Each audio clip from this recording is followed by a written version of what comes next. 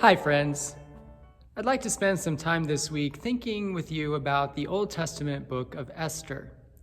Esther is one of the 5 major festival scrolls in the Hebrew Bible. Now, there are more festivals and feasts in the Hebrew tradition than 5, but there are 5 major ones, each of which is connected with a different book in the Old Testament: Esther, Ruth, Lamentations, Ecclesiastes, and Song of Songs. Each festival has a different focus, but all of them celebrate the presence and the work of God in the midst of the people. The 5 major festival scrolls all struggled to be included in the canon. Canon literally means rule in the widest sense of the word, as in a standard by which to measure. The biblical canon is the collection of writings considered to be authoritative, the rule for life and faith, and the standard of theology and practice. Our canon, that is to say, the Protestant canon, is comprised of the 39 books of the Old Testament and 27 in the New. Now, for various reasons, the 5 festival scrolls were largely debated before finally being accepted as part of the canon. And no text struggled more than Esther.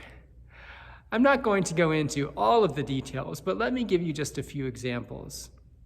The Dead Sea Scrolls that were recovered from the monastic Jewish community at Qumran included fragments of every book of the Old Testament except for Esther.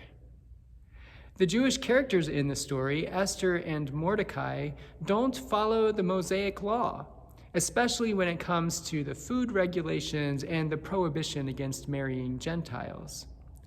But the biggest reason that Esther struggled to be included in the canon is that in the entire book, God is never mentioned once.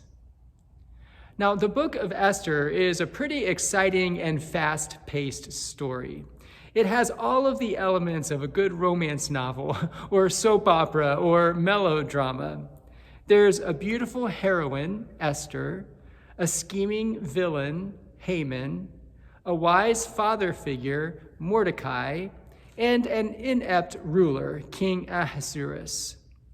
There's suspense and irony, dramatic reversals, and poetic justice.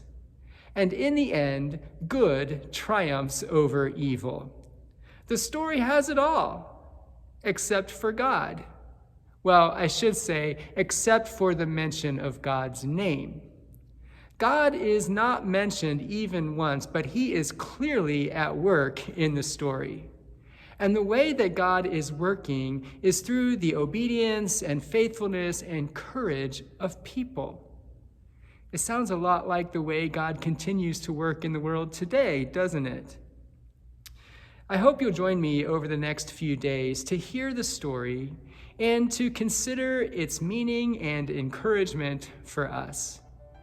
Thanks for listening today, and I'll see you again tomorrow.